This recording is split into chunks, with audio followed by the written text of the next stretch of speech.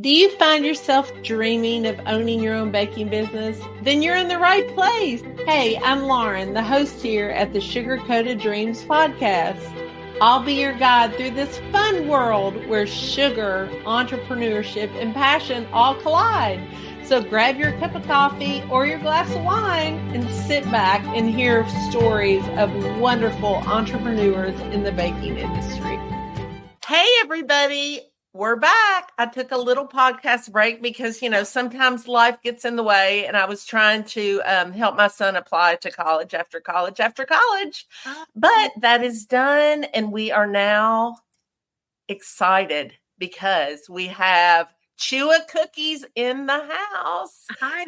And I know everybody that's listening knows you, Arlene, because you are a rock star. So I'm going to let you introduce yourself, but I just have to tell everybody the very first time I saw you was at CookieCon. It was years ago, and you were decked out. You had on this beautiful pink, I think it was like real shimmery dress. You had on really high heels, and you were strutting your stuff. And I thought, man, I got to meet her. And then when I met you, you were the most down to earth, nicest, sweetest person. Lauren, so are you. Thank you. So we were just talking a minute ago for everybody that's listening. You and I have such a different life, so it'll be so much fun because I live in this little small town in Kentucky, surrounded by horse farms, and you live in the Big Apple. I do. So tell us where you live, a little bit about your business, and then I'm going to barrage you with questions. Okay. So I'm Arlene Chua. I am the owner of Chua Cookie. I was born in the Philippines and I immigrated to the USA when I was about 7 or 8 years old with my family. I live in Staten Island, New York, which is actually one of the boroughs of New York City. It's a little bit more suburban. Like everybody thinks, New York City, that there's buildings everywhere. But Staten Island is actually a suburb. Like we have houses here. They're small, but we do have houses here. Yeah. Well, that's cool. So how did you get into cooking? Well, first of all, tell everybody too what you do for a living. Oh, yeah. So I give myself the moniker that I am a baking banker. So I am in banking by day and I bake cookies till midnight. So my title is I am a senior treasury analyst for a private bank on Wall Street. I've been doing it for 20 years. I'm an assistant vice president and I love my job. I do. I love my day job. I love my colleagues. They're some of the brightest people. And I enjoy my day job. And, I always get asked like a lot of times, like, hey, would you ever leave it? And the answer is no. I worked too hard to get to that title. And I love both worlds, honestly. That's amazing. I remember, Arlene, when I was in college, I grew up in another small town in Kentucky. And so New York City is just someplace that it's just foreign because it's unlike anywhere that is anywhere close to me. So when I was in college, I had the opportunity to go to New York and I didn't really want to go. I mean, isn't that crazy? I thought, I just don't want to go. I loved it. I mean, it's magical. And I wish I would have known you a long time ago because I actually got a job out of college in New York City. Oh, wow. As a helper to a fashion stylist who picked out clothing and for some TV show. I don't remember now which one it was, but I couldn't find a place to live that I could afford because, I wasn't making much money and New York was expensive. So so expensive. And I feel like a lot of people get overwhelmed when they come into the city. But, when you live here, it's like you just tune everything out. Like I just don't even notice anything. They always say like, New Yorkers mind their own business. And it's so true. Yeah. Well, it's busy, right? Everybody's busy in New York. Oh, yeah. So how did you get into cookie decorating? So I actually decorated my first cookie January of 2016. You know what? That Facebook algorithm just really knows you. I saw back then the OG, and she is my number one cookie idol. I have to give her a shout out, Sweet Ams. I saw a cookie decorating video on Facebook, and the minute I saw it, I was intrigued. I clicked on the link to her website. I looked up her recipe. It was 1:00 in the morning. I couldn't sleep because I had lost my mother to cancer. And it was just, it was like a depression thing. I couldn't sleep. And I just I couldn't sleep. So this just seeing this video, I just wanted to give it a try just to like, keep my mind like from thinking of other things. And Yes. I didn't have like meringue powder. I used raw egg whites. I didn't have piping bags. I had a Ziploc bag and I little tip. And then I piped my first cookie and I was obsessed, like obsessed. Now, were you artistic? Were you artistic when you were little? Like, did you know you had that inside of you? You know what? I was always kind of like creative. I don't know if it was exactly like artistic, but more like creative. Like I loved arts and crafts. I love to doodle.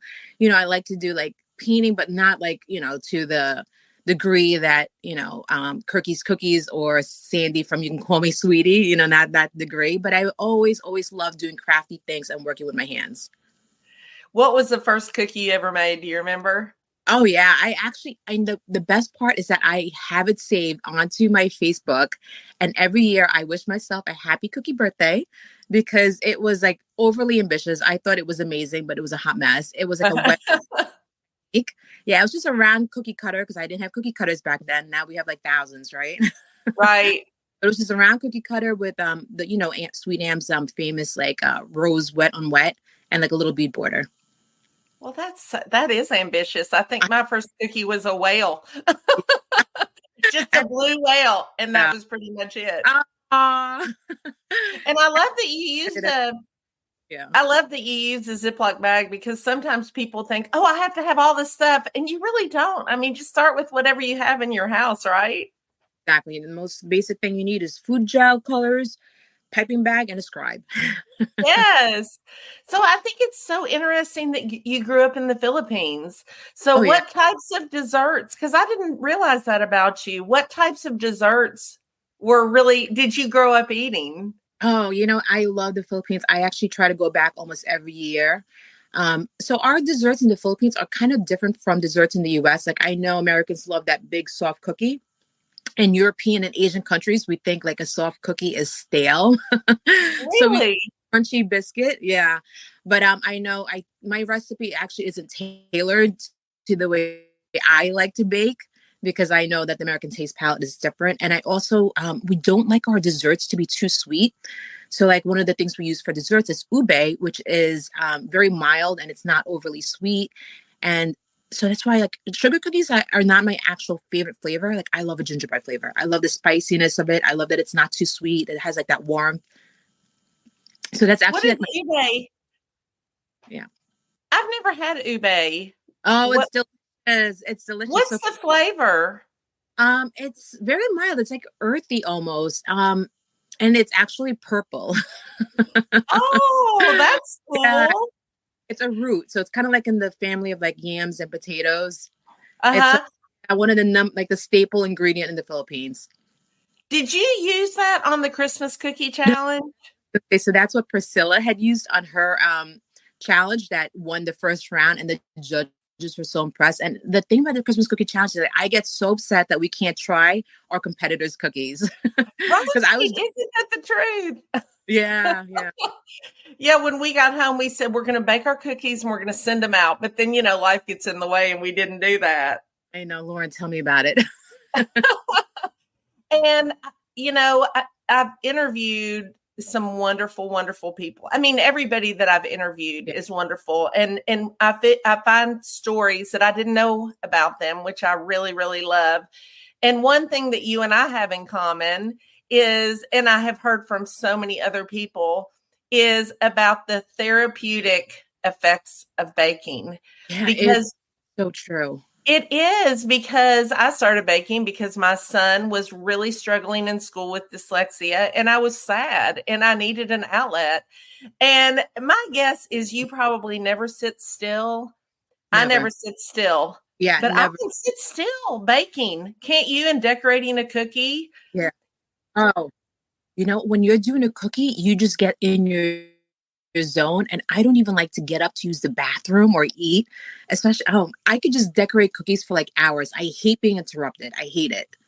I do too. I mean, it's so relaxing. And I don't know if I've even told you this, but the first time that I really met you was, and really had a conversation with you, was when I took your class at CookieCon. And it Oh, was the famous wedding dresses. I mean, I saw yeah. these and I thought, oh, I have to take that class. And it Yeah, I'm was so so amazing, Arlene, because they look so difficult, but the way yeah. you break it down, they are achievable. And they were the most beautiful cookies I had ever made. So when Uh, I got back to the hotel room, we had a brown ottoman, and I was rooming with Fresia, who is the uh, queen of taking yeah. pictures and all Yeah. this stuff. So she had brought some props. She's like, we got to be able to take our pictures. So I put those beautiful cookies on what she had brought, and I took a Mhm. picture and I put it on Instagram. And I put under it, these are the cookies that I made from Arlene Chua in her class. Do you know when they contacted me about the Food Network, I asked the girl, I said, how did you find me? And she said, well, I saw some cookies that you had done on Instagram. They were those No. cookies. Oh my gosh. Isn't that neat? I Oh, thought that was oh amazing. wow. Oh, isn't it amazing? Like our connections too, like in the cookie world and how I I don't know, like it's just amazing, like our connections and like how you don't even know it, but like it helps each other. Yes, absolutely. So Oh, tell me, and then this wasn't one of the questions that I had sent to you beforehand, but I'm so curious. Your cookie style is so unusual, Arlene, and beautiful and different. And those wedding dresses are just fantastic. So, how did you originally come up with that? I mean, I know you love clothes, and yeah. it's obvious that you love shoes because I see them all stacked up behind you. I But But what was the inspiration for those dress cookies? Because I know you've traveled all over teaching that incredible class. Yeah, I just want to say first that I'm really grateful that that class consistently sells out. It's because of word of mouth. So I really appreciate everyone who has, spread that they love the class. So that class, well, that was actually not meant to be a class. That was actually cookies I made for a client. She worked at Kleinfeld, and they were actually supposed to be gifted to Barbara from Shark Tank. Yeah, Wow. it was a while ago. Yeah, so they were just, and then my friend was like, my cookie bestie Camille's cookie jar. She's like, that needs to be a class. I'm like, really? I didn't realize like how much people love those dresses. So I was like, wow, you know what? This picture is getting a lot of traction. I was like, maybe I will make it into a class. But you know how it is with a class too. It's like, is it teachable? You know what I mean? Like in the time frame. And they required like a lot of supplies. So I'm like, oh God, you know, all right, let's do it. Because you need so many supplies to teach that class. I don't know if you remember Yes. alone had like 20 supplies. So you're like, am I going to break even if I have to buy supplies? But Right. for itself, because I've been teaching that class for 4 years and I finally retired. No, not 4 years, about 3 years. And I finally retired it last year. I'm going to take it online though, but I think I'm done with that class. Yeah, I cannot decorate I, another wedding dress. bananas, it's like, it's not fun for me anymore. So yeah, I think Right. I'm, Yeah, and but yeah, cookies need to be fun, right? I mean, that's part of the reason we do them. They're good to eat and it's fun and it's relaxing. yeah, but People will contact me sometimes about making character cookies, and I'm mhm. like, no thanks, because it's not fun for me. I mean, some people love that, but part of Yeah. the enjoyment of making cookies is making something that you enjoy making while you're making it. And for me, it's character cookies are not it. Yeah, I hear a lot of people say that about character cookies. Yeah. So tell me, let's get to the good stuff. Tell Ooh. me about what recently happened to you. I mean, I was, I know what recently happened, but let's share it to the world. And then, more importantly, I want to hear your story and your perseverance yeah. about what led up to this incredible thing that happened a couple weeks ago. So Lord, it's so funny. When you had contacted me, I think it was back in July about doing the interview. I said, well, why don't we wait till November? Because I wanted to wait until this moment after it aired and I couldn't share with you yet, why Right. wait till November. But yeah. So after, yeah, I mean, I've been on Food Network 5 times, 4 of them challenges. And I think it's part of being an immigrant. Like we just don't give up. Like we persevere, Yes. don't give up. And I just keep trying. And, yeah, just a lot of people, I feel like that their main focus is just to win. And I did a cookie con when I was a core instructor back in, I think, 2018. My core instructor lecture was on entering competitions. And I tell everyone, you should be in it to win it, but that should never be the only reason. And, Right.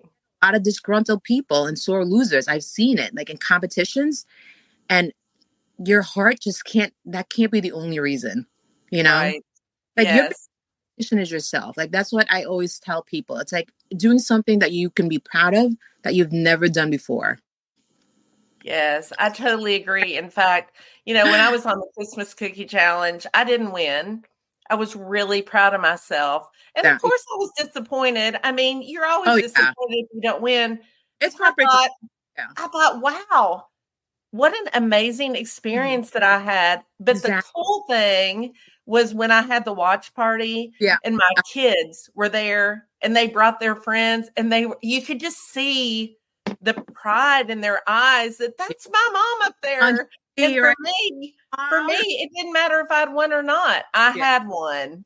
Yeah. And you know what? It is. It's always heartbreaking when you lose. And the thing is, though, is that I've learned something from like every loss and every heartache. And it's helped me to, be better in the next competition. And one of the things I always have to say is that every time I enter a competition, I can tell when I'm going to get second place and not first. I have a good cookie eye, I feel, and I can always tell when I've been out cookied. So it's fine. You know what? There's always going to be somebody better than you. Right. And I think some people can't accept that fact, and that's why they don't do well in competitions. Like when I love Becca dearly, like I thought for sure when they told us what the challenge is going to be when we were there, I was like, oh my God, I came up with this idea. I'm going to have an interactive design. I was like, this is going to win it. I know it. I know it. And then you so far your stations. So at the end, I looked over and I'm like, oh my God, I just lost. Like you can tell when you lose. You know what I mean? You can tell you've been out cookied. Can't tell. They think like, oh, I don't know. I've seen a lot of sore losers, but Well, tell me about yeah, it's like sometimes it's not your turn to shine yet. You know what I mean? And that's okay. right. Yeah. So tell me about the very first Food Network appearance that you were on and how did you get on the show? What show were you on? It was the Christmas Cookie Challenge. We were the first, well, it's like the revamped season one. They actually had other versions of it, but I'll call it the season one revamped version, episode one. I was on it with Amy Pope, who was like my cookie rock star. I love her, the painted pastry. And also Holly, who I actually did the next challenge with, which was Gingerbread Showdown. I built a 3-foot tall gingerbread house for that one. That was insane. Yeah, so I was only decorating cookies for like a year and a half. They slid into my DMs, and like everybody else, they're like, is this legit? And it ended up being legit. Right. That's one thing I got to say too. Like, I think it's part of my immigrant culture. It's like we just take chances and we take risks and we never stop trying. Yes. So you did the Christmas cookie challenge, the very first one. And Then you did the ginger. Yeah, they were a hot mess. So I hear a lot of people like messaging me and they're like, should I do it? I'm so scared of being embarrassed. You know what? Like, make it a funny joke. Like, my cookies were a hot mess and I still had a great time. And like, who gets to be Yes. on TV? You know what I mean? So I just feel like, you know what? If just go there and have a good time. Yeah, because you look back and you think, I mean, still, when I watch the rerun of the episode, I look at it and I think, that's not really me up there. Did I really do that? So you were then, I didn't realize that you were on the Gingerbread Showdown. I have to go watch that. I think that was, so I think that was 2018. Yeah. Okay. Yeah. And then did you do the Christmas cookie challenge? So the Gingerbread Showdown, like when I went into that, I saw who my competitor was. And the minute I saw who she was, I was like, there's no way I could beat her. She's an anomaly in the gingerbread world. Her name is Beatrice. She's from Canada. And the funny thing is that when I did that competition, I was like, oh, imagine we have her as a competitor. I'm like, no, she's from Canada. But little did I know, I thought it was just Americans they were going to bring in, And then I'm like, oh, yes. So I already went in there like just having a good time because I know that her work is amazing. And at that time, I was only 2.5 years into cookie decorating. And then the third one was the Halloween one where I met Becca. Yes, that's right. Yeah, I love that girl to death. And one of the things I learned is do not sleep on anyone. Because she was like, oh, I've only been doing this for a year, blah, blah, blah.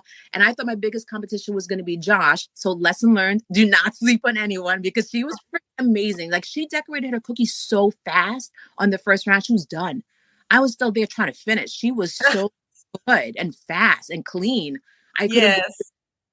She's amazing. She's an amazing artist. I mean, incredible. What you see is what you get, 100% authentic. I love her. This podcast is brought to you by The Cheerful Box. The Cheerful Box is a monthly cookie decorating subscription that brings joy and creativity right to your doorstep.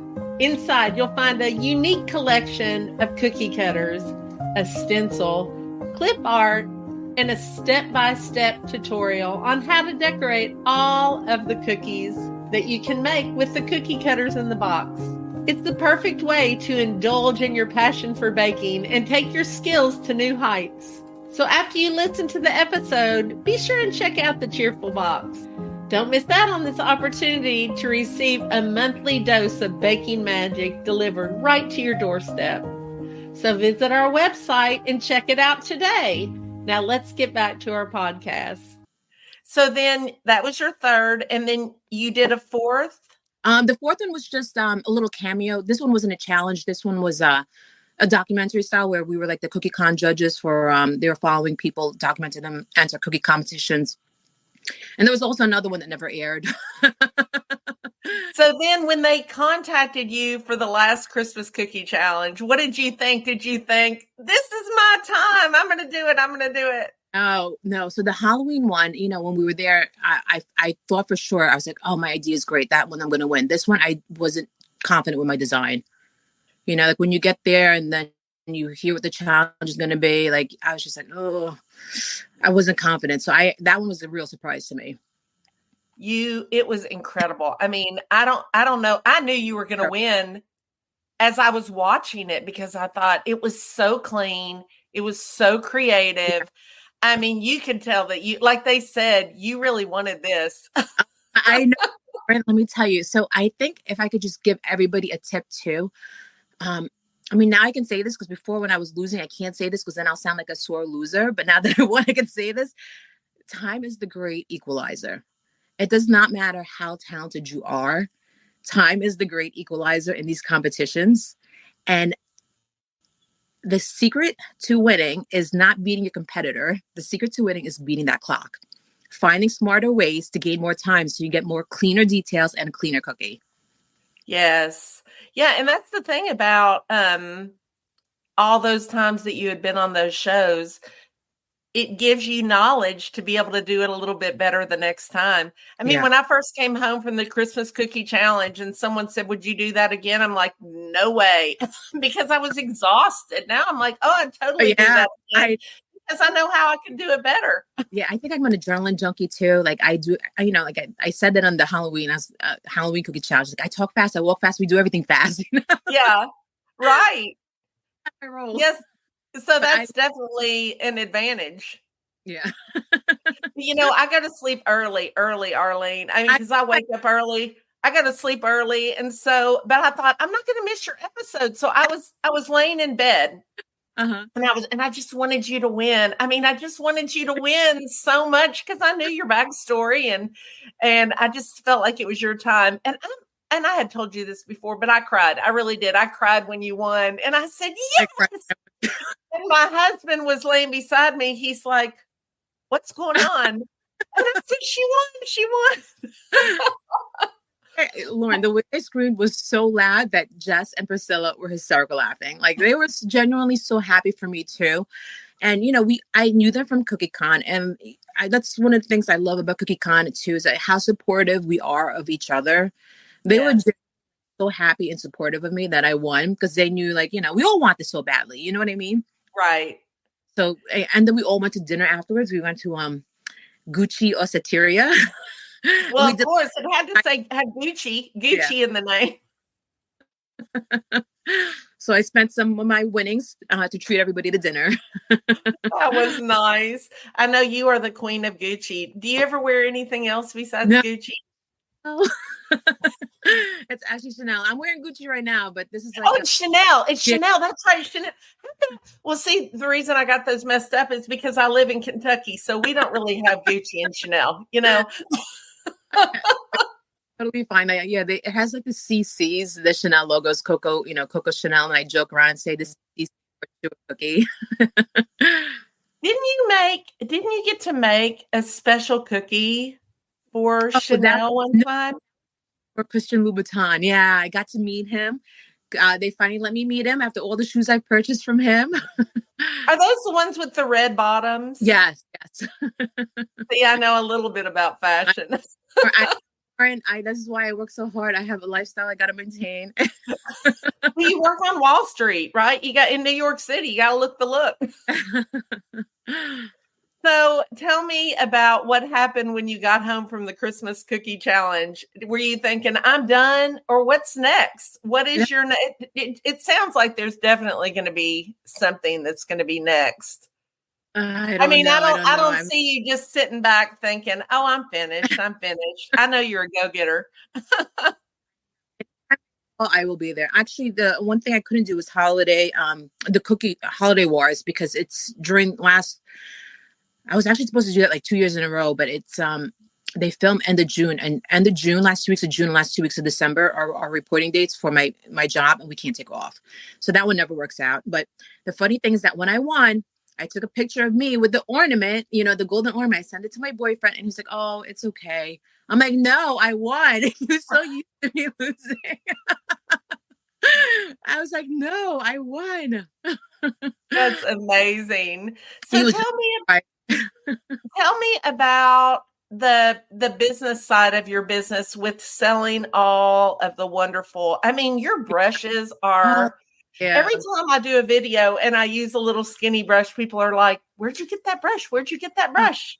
It's the best in the pink matte. So tell me how that all started. Yeah. So, a lot of people only see like the success of it, but they don't realize that, I was selling those mats for a year before they finally took off. So it's a long road. A lot of people only see like, oh, she won Christmas cookie challenge, but they might not know that I competed like 4 other times where I didn't win. That mat, like had a lot of, we upgraded the designs quite a bit to make it perfect. And I was selling for a good year until finally word of mouth, and it just kept spreading and spreading. And now, I'm just so grateful and thankful that they're still going strong. But so my job on Wall Street, we have a Hong Kong office. So I would go to Hong Kong once in a while, back before COVID. And, my friend like introduced me to like some distributors there, now that Hong Kong's part of mainland China, and my mats and most of my stuff is manufactured in China. And yeah, so that's why making connections and networking really helps, because you never know. You never know. Mm-hmm. So what all do you sell? Tell everybody what you sell. So when they're shopping for Christmas ideas, right, they can go and shop from your shop. I have the mats, the perforated mats. And I think the reason, perforated mats is not something new. It's been around since the 70s. The perforation, but I feel like a lot of people in the US weren't really using the perforated mats. They're either using parchment or like just regular silicone. But in the Europe and in Asia, we use the perforated mats a lot for cookies. But as you know, Europeans and Asians like our cookies crunchy, right? And those were originally designed as bread mats, like the black. So that'll give it like a crusty bottom. So I found that by making it a lighter color, just like when you bake on a light versus dark pan, the cookies aren't as, hard or crusty in the bottom. So it has that soft texture in the middle that a lot of Americans like. So just by, tweaking that one simple design. That's cool. And the airflow, so it's a more even bake, helps the, reduce spread. And then we also do the brushes. And then now, I try to like keep up with trends. I know those cookie closets are doing a good, a lot of people are doing those closets, those racks for onesies. And now even like, it's so cute. I've seen people do it with the ugly Christmas sweaters right for the holidays. So I spoke to my manufacturer, and we were able to get it at a really good price. And our price is actually lower than Amazon. That's good.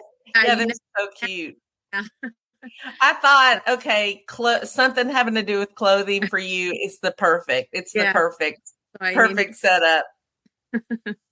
Now, do you store all that stuff in your home? Because I imagine that And my boyfriend is ready to evict me. It's not in the room, and it's a hot mess. that's the only thing that's kept me from going into that side of the business, selling things, because I thought I have no more room in my house for anything. It's getting, yeah. Because then we also have like 12 wholesale accounts now too.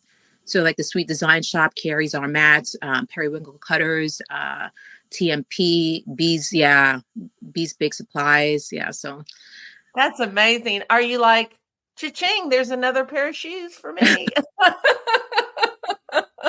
the immigrant thing too, it's like where we just like to like really try to make and save, well, spend it too, but just working really hard and like trying to make money is just like really important for like immigrants, I think, just because we know what it's like in our our home country.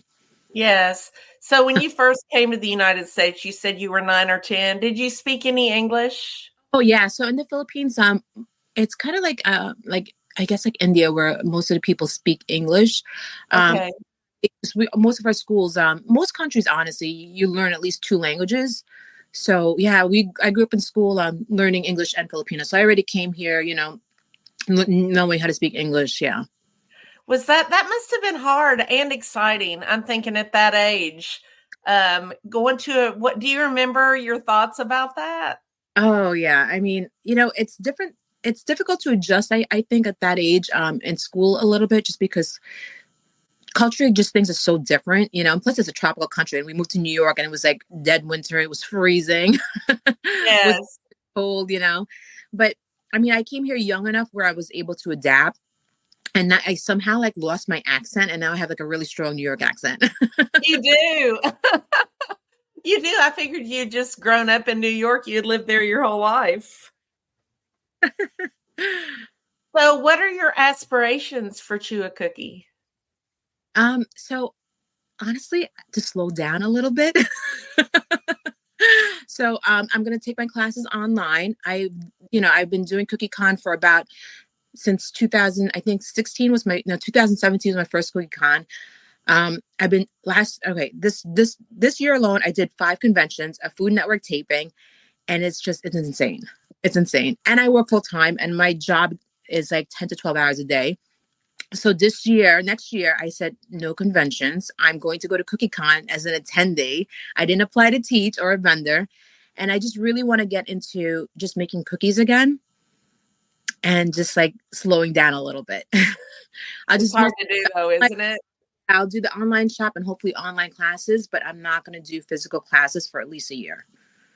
Yeah, Good for you. Let's see if you stick to it, because I've said those same things. I I know. said, I'm not going to sell cookies anymore. And then I start doing it because I just miss making them. And a Yeah. friend of mine said, you said you weren't going to do that anymore because you were too busy. I'm like, I know, but I really like it. So It's like, you know what? And the thing is like, I'm like, okay, so like winning the Food Network, I just feel like I'm so tired to enjoy any of these things. sure. Yeah, like I won Food Network, and then I had my watch party, and then I was just so tired. I had to go to work the next day. And then that same week, I did this gingerbread museum for the Museum of New York City in Manhattan. And I was on channel 11 News, channel 7, channel 1. I didn't even post any of it because I'm just like so Wow. exhausted. Yeah, it's crazy. Like, I'm not getting to enjoy any of it. So I Right. feel like I want to enjoy it. That's why I really That, cannot wait to go to CookieCon as an attendee and just take it back to the roots and just go there, just have a great time. Hang out with my cookie I friends. did that. I did that with the last Cookie Con. It was so much fun. I mean, Right? I thought, I don't want to teach anything. I just want to go hang out. And I I know. went and I hung out and I taught. Oh, I had the best time Right. ever. Going out to dinner with them, like shopping the vendor hall, I want to just do all the fun stuff. I want to take Yes. classes. Right. Well, that's good. So, are you ready for the speed round questions? I am. Okay. So I always ask because I love to cook. What is your favorite cookbook? All right, so it's a tie between two. Okay, it's The Modern Cookie. I love Chris Taylor and his husband. And also, I got to give it to my idol, Sweet Ames. Her book is amazing. She even autographed it for me. So, That's cool. She is so talented. I mean, when I first started, that's who I watched her videos all the time. There weren't that many people doing cookies, and Right. she has the most soothing voice too, doesn't she? Yeah. Yes, it's therapeutic for sure. And then the cookie, what did you say? The cookie cookbook, the Oh, first one? A Modern Cookie by Chris Taylor. They were this keynote speakers, I think, like 2 years ago, CookieCon. Taylor, Yes, I remember them. I have not seen yeah, that cookbook, but I'll have to yeah, get that because they're I real love life. cookies. Yeah, they're real life scientists. So the science into their baking is like amazing. They really break it down. And then I didn't even know until like a year later, they gave me a shout out in the back for my mats. How Yeah. nice is that? Yeah, I love, in fact, here's my favorite, one of my favorite cookbooks. It's right here, the Cookie Handbook, because it's the Oh, science. That's what I yeah. like about it. I, It tells you what the ingredients do and why they do it. And I love science. So I'll have to get their book. oh, yeah. It's amazing. And They then are were you saying real something life about scientists. another cookbook that you liked? Oh, just the Sweet Ams one. Yeah. The sweet. Okay. And then if you could bake for anyone, who would you want to bake for? Oh, well, hands down, my mom. So when I started cookie decorating, she wasn't even alive. That's what got me into, my therapeutic, being able to like grieve the loss and everything. So hands down, it's my mom. Yes. So I would have loved to bake for her. She Yeah, would well, be. she sure would be proud of you, what I know. you've accomplished. Wish she was here, but I know she's looking down. So Yes. Now, what kind of advice would you give to someone who is listening and thinking, man, I would like to get into cookie baking? you know what? Just practice. I know it sounds like annoying, but honestly, you're not going to get better without practicing and putting in the time and effort. And I just feel that in this world of instant gratification, yeah, don't give up after your first cookie because it's not going to be pretty, and there's always, right? Comparison is a thief of joy. Yeah. Yes. And I think taking classes that you don't think you can do. I mean, when I took your class, I had not done cookies very long, and I thought, I don't think I'm going to be able to do that, but I'm sure going to enjoy trying. And I was able to do it, and I learned some things that I was then able to take to the more simple cookies that I was making. And it helped me get on the Food Network because even when I interviewed with the network executives, they said, we really loved those wedding dress cookies that you made. And I said, well, that was a class that I took from Arlene Chua. And they said, oh, we know Arlene. So that works. And I think your name is so fun because it's your last name, but yet it goes with cookies because it sounds like Chew. I mean, you were meant to do this, right? Yes. But that's my pun. I was meant for cookies, even my last name, Chua Cookie. That's right. That's right. Well, thank you for joining me. I mean, I was so excited because love your vibe. I love everything about you. Your personality. You are just always a positive ball of energy. I love it. Thank you so much for having me. You're welcome. You're welcome. And I'll look forward to seeing you at CookieCon, just walking around, being friendly and, saying hi to people instead of stuck in the back room, right, getting all the supplies together. Well, let's hope we can get a ticket. Ugh. I know that's the truth. Not going to have that insight. I know that's the hard thing is when you go and you help in some way, you're guaranteed a ticket. And when you don't, you're not. So yeah, that's right. Well, have a Merry Christmas. And I'm so glad to talk to you. And I hope you enjoy the rest of your day. Thank you, Lauren. Kisses. Talk to you later. Bye. Bye. Hey, thank you so much for listening to today's episode. If you enjoyed it, don't forget to subscribe to the Sugar Coated Dreams podcast on your favorite podcast app. Also, please take a moment to rate and review this podcast. That way, all your friends will be able to find it too. A new episode will be released every Thursday. Until then, remember to keep dreaming big and never underestimate the power of a little sugar and a lot of passion. I'm Lauren, the Cheerful Baker, and your host here at the Sugar Coated Dreams podcast.